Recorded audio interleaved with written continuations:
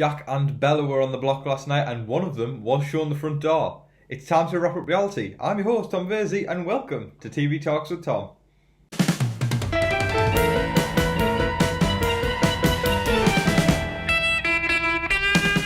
Wow, folks, what a week of Big Brother we've had. And, we've had highs, we've had some lows, but we're here to go through every single thing that happened. I will say, a lot of the stuff that's happened this week, towards the beginning of the week, everyone I saw on social media was really, really hyped about. Everyone was excited. And then some of the stuff that happened in the latter stages of the week, there was a bit of, blowback, I guess. I don't know, what would you say? There was blowback on Twitter because of some of the actions that people made, specifically the HOH.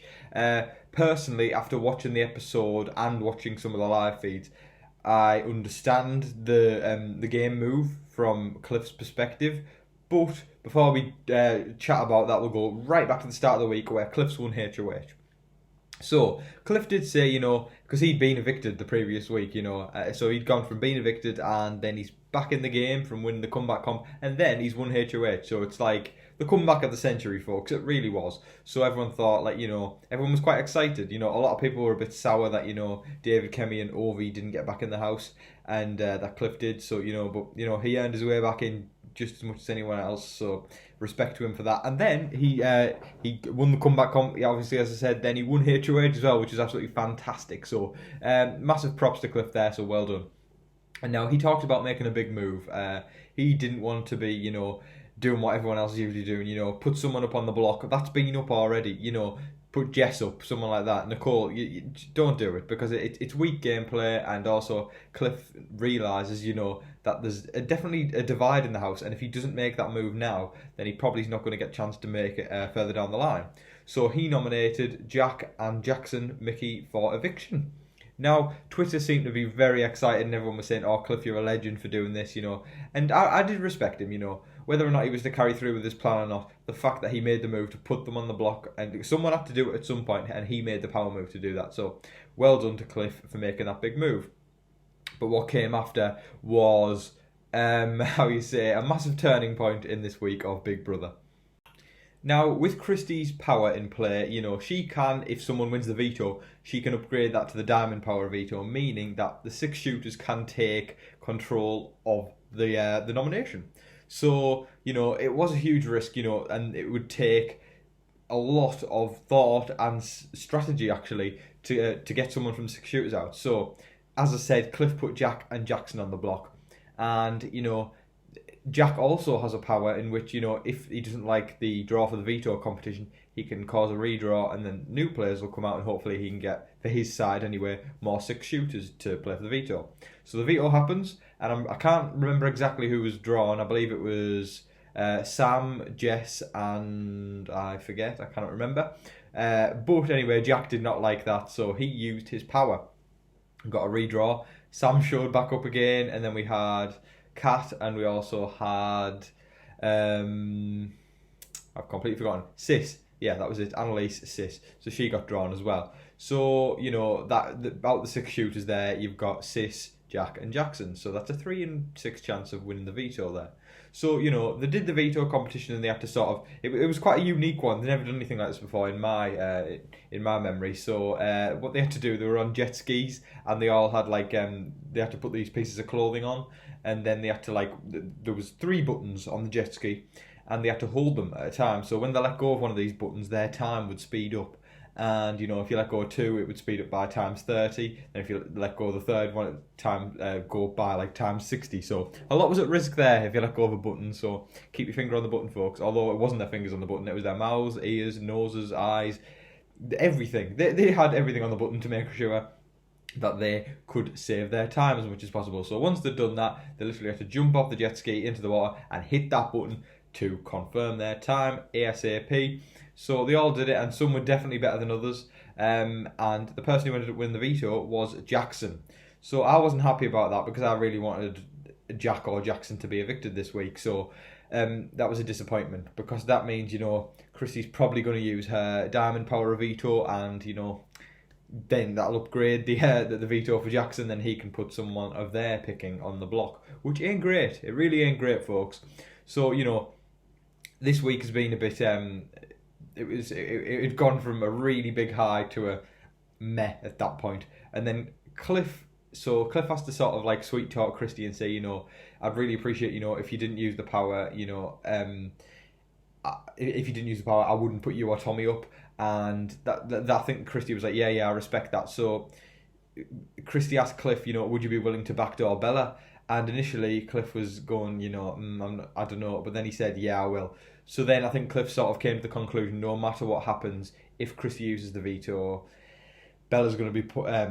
If she uses the power, Bella's going to be put up, and if Cliff puts Bella up, then he's not going to have a target on his back. Whereas if he put Christie up and lied, he said don't use the power, then put Christie up, then that'd have a huge target on Cliff, and he'd be targeted so much. And I did understand. I didn't at first, but then I realised it's probably best for his game actually to because they did also say if he put Bella up on the block, he can, the 6-shooter said that they wouldn't target him for 2 weeks, meaning, and Cliff's logic was, he's seen that the Grateful have turned on each other before by, going for Nick and Bella, so who's to say that in the upcoming weeks the 6-shooters won't turn on each other, which I thought was good logic actually. So I thought, Cliff bargained himself a couple more weeks, and who's to say he won't win HOH again, or someone on his alliance won't win HOH again, because that would be fantastic, and then, they can maybe regain some control, I'm hoping. I've got my fingers crossed, but, so Cliff did end up actually putting Bella on the block. Not what the fans wanted, but at the same time, I think it was the best thing for his game to play it safe and get himself some safety. So, and also, as well, he went to speak to Mickey and Jack afterwards and said, no one would expect us to work together if we wanted to do a little sort of. I think Christie was there actually, so it was like a 4-person alliance. No one would expect the 4 of us to work together, and everyone actually seemed down for that. There wasn't any sort of backstabbing there. They were sort of straight up. So Cliff's got himself an alliance there.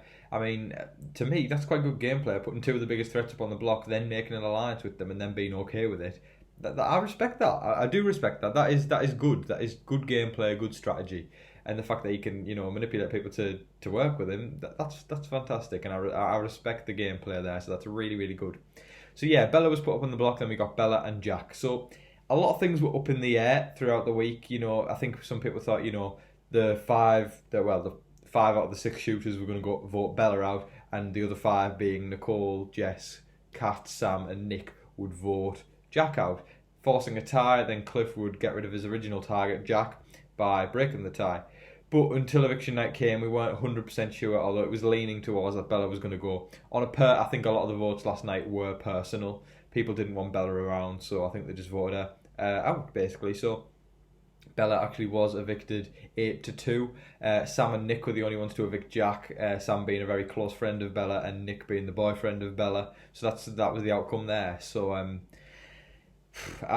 game wise, it probably wasn't the best decision for the 5 that aren't in the 6 shooters. I mean, Bella did call them out as well in an eviction speech. He said, you need to do something because there's people here who don't want to work with you, and it's not going to benefit your game by keeping Jack there. So it was a bit stupid that they didn't vote him out, but I think they're going to get what they asked for there, because they had the perfect opportunity to take him out and they didn't do it. If I was in there, I would be trying to take him out, but if you don't have the numbers, you don't have the numbers, and you just got to face the music and play for your own game and hope for your own safety. And that's exactly what Cliff's done this week, which is why I respect it. We shouldn't be giving him grief for it.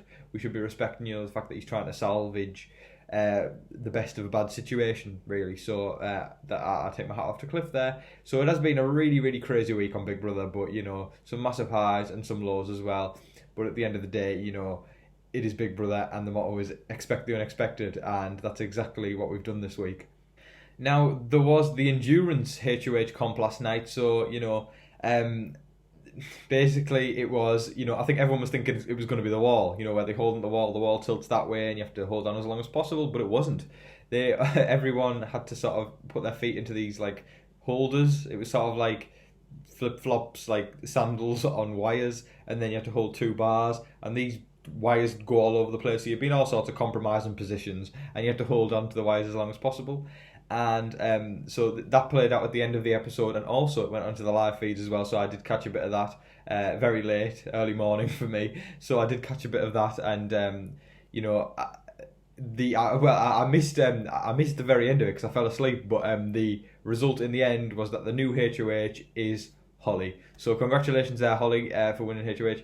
Not who I wanted to win HOH personally. I'd rather someone on the non-six shooter side win, but that's the way it is. Looks like another non-six shooter's going home this week. However, Julie did reveal at the end of the episode, Julie Chen Moonvez, she said to us that there is a America's vote this week, and 3 house guests will be sent to the road trip or something like that, or something like that, where that one of their games will be put on the line. So that should be very interesting. I saw straight away people on Twitter going, "Yeah, we're sending Jackson, and Christy over to there," and I sort of agree. I think it will be them 3 who went. If you're putting someone in jeopardy, I feel like it's going to be them 3 that gets sent over there. So we'll see how that plays out. But it's going to be interesting to see if that'll impact the game, and if it's just going to be 6 shooters dominating the game now until the final. It would be a pretty boring season. But I've got my fingers crossed that something's going to turn out where Cliff and Nicole's side gets a bit of light shed on the situation, because that would be good. I'd love to see that. I really would. I'm sure a lot of other people would as well. So as I said, been a crazy week of Big Brother, but expect the unexpected, and that's what we've done. So yeah, I still love watching Big Brother. It's one of those things. I probably will lose slight interest if my favourites end up going, but I will keep watching. I know I will. So, and I do respect the game. So we'll see where that goes. But as I said, a crazy week, but lots to talk about, and that's exactly what I've done. So I'll say all the cliche stuff now. Thank you for watching, and don't forget to like, share, comment, subscribe, and do all that jazz. I've been your host, Tom Versey. Good night.